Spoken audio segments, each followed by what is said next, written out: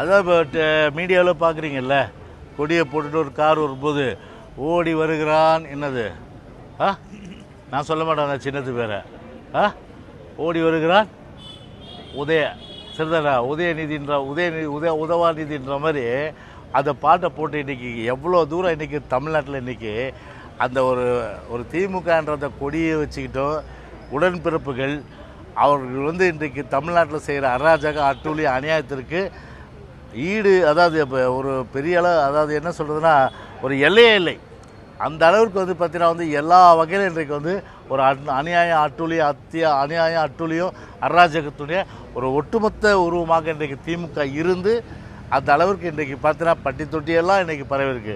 எனவே காவல்துறையை பொறுத்தவரை ஒரு முறையான ஒரு நேர்மையான விசாரணை செய்து உண்மையிலே யார் அந்த குற்றம் சம்மந்தப்பட்டவங்களோ அது தெளிவாக அந்த வீடியோவில் அவங்களே போட்டிருக்காங்க. ஸோ அவங்களெல்லாம் கைது 2 பேரும் பிடிச்சி தான் சொல்கிறாங்க. அதனால் இதை மாதிரி பிடிச்சி சட்டத்தின் நிறுத்தி உடனடியாக குற்றவாளிக்கு தண்டனை வாங்கி தருவதன் மூலம் தான் அடுத்த ஒரு பயம் இருக்கும். எனவே அதுலேயும் போய் பார்த்தீங்கன்னா ஒரு எஃப்ஐஆர் லீக் பண்ணுறது, அவங்க பேரை லீக் பண்ணுறதுன்றது பெண்களே ஒரு புகார் கொடுக்குவதற்கு அஞ்சுகின்ற ஒரு நிலைமை திமுக ஏற்படுத்துது, திமுக அரசாங்கம் காவல்துறை ஏற்படுத்துது என்ற ஒரு அந்த நம்பிக்கை பொதுமக்கள் மத்தியில் ஏற்படக்கூடாது. இல்லை, இப்போ இதை மொபைல் பறிமுதல் செய்ய அவசியம் என்ன? ஒரு பத்திரிகை சுதந்திரம் என்ன? பத்திரிகையாளர் இன்வெஸ்டிகேட் பண்ணுறது தான் பத்திரிகையாளர் வேலை. ஒரு செய்தி வந்தால் செய்தியில் உண்மை இருக்கா பொய் இருக்கா அப்படியெல்லாம் பார்க்குறது தான் பத்திரிகையோட வேலை.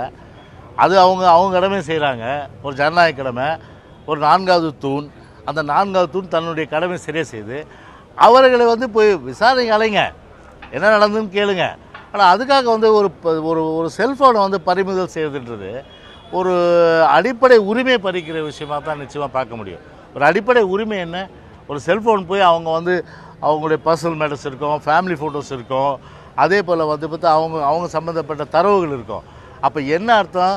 இந்த ஸ்டாலின் மாடல் அரசாங்கத்தில் உள்துறை கையில் வைத்திருக்கின்ற ஸ்டாலினை அவர் கீழே இருக்கின்ற காவல்துறை பத்திரிகை துறையை சார்ந்தவர்களுடைய செல்ஃபோனை பறித்து அந்த தரவுகளை திருட நினைக்குதா?